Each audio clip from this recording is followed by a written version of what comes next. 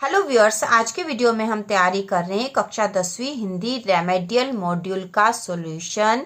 और ये आपकी बुक के पेज नंबर 55, 56 और 57 पे जो एक वाक्य वाले उत्तर वाले प्रश्न है, इनका हम सॉल्यूशन करेंगे और इसके बाद के प्रश्नों को अगले वीडियो में हम हल करेंगे। इसके साथ ही आप कमेंट करके बता सकते हो कि आपको रेमेडियल मॉड्यूल का कौन सा सॉल्यूशन चाहिए या किस विषय का चाहिए। तो शुरू करते हैं। एक वाक्य में उत्तर लिखिए। इसमें जो पहला प्रश्न है, सूरदास भक्तिकाल की किस शाखा के कवि हैं? तो इसका उत्तर होगा सूरदास भक्तिकाल की कृष्ण भक्ति शाखा के प्रमुख कवि हैं। तो यहाँ हमें पूरा ही वाक्य लिखना होगा क्योंकि यहाँ पे लिखा ही है कि एक वाक्य में उत्तर लिखिए। तो सूरदास भक्तिकाल की कृष्ण भक्ति शाखा के प्रमुख कवि है। और जो दूसरा प्रश्न है, इसके पहले आपको यह पता होना चाहिए कि 10वीं वार्षिक और अर्धवार्षिक परीक्षा की तैयारी के सारे ही वीडियो चैनल पर आ रहे हैं अब। तो दूसरा है, गोपियों के अनुसार राजा का धर्म क्या है? तो इसका उत्तर है, राजा का धर्म प्रजा का हित करना है। तो आपको यह भी लिख सकते हो कि गोपियों के अनुसार राजा का धर्म प्रजा का हित करना है। तीसरा प्रश्न है, सुर सारावली के कवि का क्या नाम है? तो इसका उत्तर पूरा ही वाक्य लिखना होगा। सुर सारावली के कवि का नाम सूरदास है। इसके बाद चौथा प्रश्न है, क्षितिज भाग 2 में संग्रहित सुर के 4 पद कहाँ से लिए गए हैं? तो इसका उत्तर होगा सुर सागर के भ्रमर गीत से लिए गए हैं। सुर सागर के भ्रमर गीत से लिए गए हैं। तो सुर सागर नाम की जो रचना है सूरदास की, उसके भ्रमर गीत नामक भाग से लिए गए हैं। इसके बाद अगला प्रश्न है, गोपियों ने भ्रमर के बहाने किस पर व्यंग बाण छोड़े हैं? तो इसका उत्तर है, गोपियों ने भ्रमर के बहाने उद्धव पर व्यंग बाण छोड़े हैं। प्रश्न नंबर 6 है, भ्रमर गीत में गोपियों ने किसके प्रति अपना प्रेम व्यक्त किया है? तो इसका उत्तर होगा, हमें पूरा वाक्य लिखना होगा। भ्रमर गीत में गोपियों ने श्री कृष्ण के प्रति अपना प्रेम व्यक्त किया है। सातवां प्रश्न है, श्री कृष्ण का योग संदेश गोपियों के लिए कौन लेकर आया था? तो इसका उत्तर है, श्री कृष्ण का योग संदेश उद्धव लेकर आए थे। श्री कृष्ण का योग संदेश उद्धव लेकर आए थे। इसके बाद अगला प्रश्न नंबर 8वां है, उद्धव गोपियों को कौन सा संदेश देते हैं? तो इसका उत्तर है, उद्धव गोपियों को योग साधना का संदेश देते हैं। उद्धव गोपियों को योग साधना का संदेश देते हैं। इसके बाद 9वां प्रश्न है, सूरदास के पदों में कौन सा रस है? तो इसका उत्तर होगा, सूरदास के पदों में वियोग श्रृंगार रस है। सूरदास के पदों में वियोग श्रृंगार रस है। इसके बाद अगला प्रश्न नंबर 10वां, जो आपकी बुक के पेज नंबर 56 पर है, वह है, सूरदास के साहित्य में किस गुण की प्रधानता है? तो इसका उत्तर है, सूरदास के साहित्य में माधुर्य गुण की प्रधानता है। अगला प्रश्न है, सूरदास के साहित्य में किस भाषा की प्रमुखता है? तो इसका उत्तर है, सूरदास के साहित्य में ब्रज भाषा की प्रमुखता है। अगला है, गोपिया किसके प्रेम में आसक्त दीवानी हो गई है? तो इसका उत्तर है, गोपिया श्री कृष्ण के प्रेम में आसक्त दीवानी हो गई है। अगला है, सूरदास के पदों में तेल की गागरी कहकर किसे बुलाया गया है? तो इसका उत्तर है, तेल की गागरी कहकर उद्धव को बुलाया गया है। ठीक है, उद्धव को। अगला है, उद्धव को बड़भागी किसने कहा? तो उद्धव को बड़भागी गोपियों ने कहा। गोपियों ने कहा। तो इसका उत्तर होगा, उद्धव को बड़भागी गोपियों ने कहा। इसके बाद है, गोपियों का उद्धव को बड़भागी कहने के पीछे क्या उद्देश्य था? तो उत्तर हम लिखेंगे, गोपियों का उद्देश्य था उद्धव पर व्यंग करना। ठीक है, गोपियों का उद्देश्य था उद्धव पर व्यंग करना। इसके बाद है, कृष्ण की संगति में रहकर भी कौन उनके प्रेम से अछूते रहे? तो यहाँ पे उसका उत्तर होगा, उद्धव अछूते रहे। उद्धव अछूते रहे। कृष्ण की संगति में रहकर भी उनके प्रेम से उद्धव अछूते रहे। इसके बाद है, उद्धव के व्यवहार की तुलना किसके पत्ते से की गई है?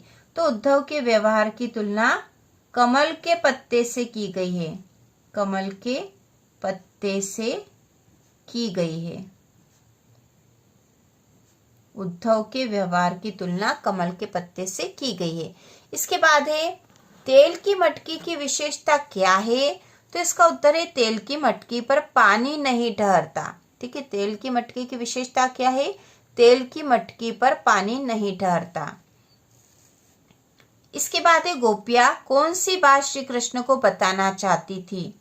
तो इसका उत्तर होगा गोपियां मन की बात। गोपियां मन की बात श्री कृष्ण को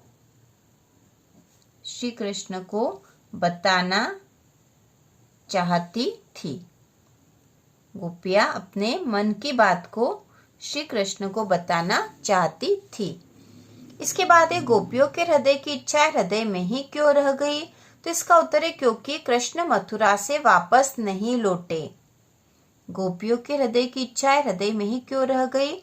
तो गोपियों के हृदय की इच्छा हृदय में ही रह गई थी क्योंकि कृष्ण मथुरा से वापस नहीं लौटे।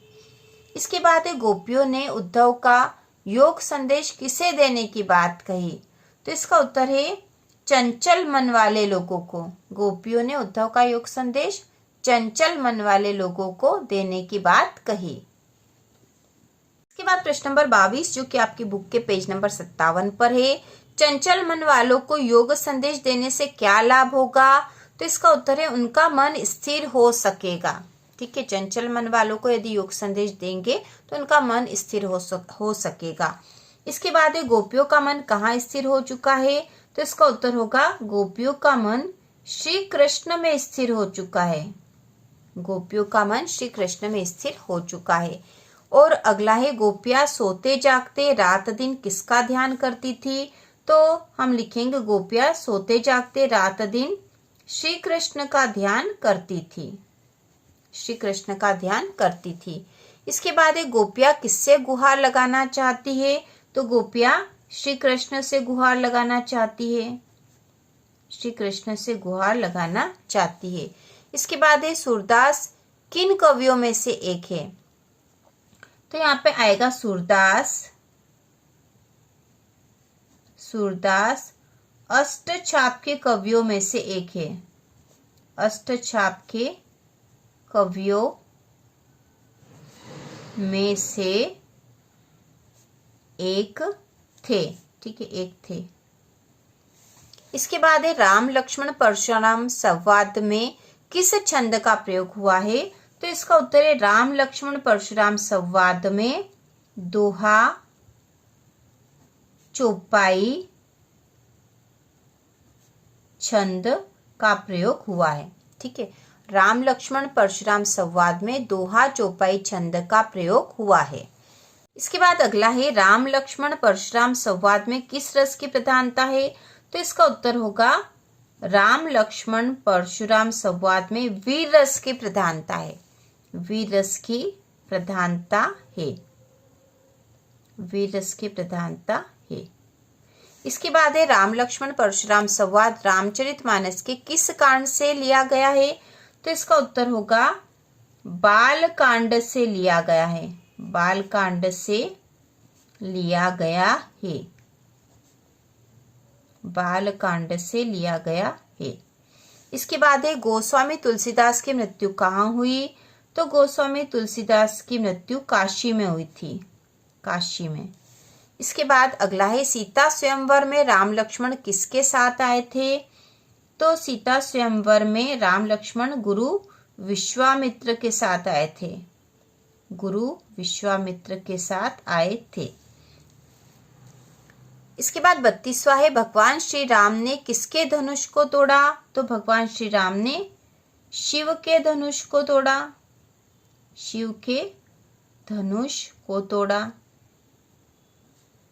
शिव के धनुष को तोड़ा था।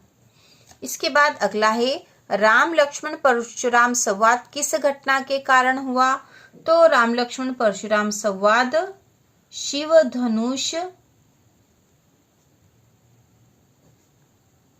टूटने की घटना के कारण हुआ।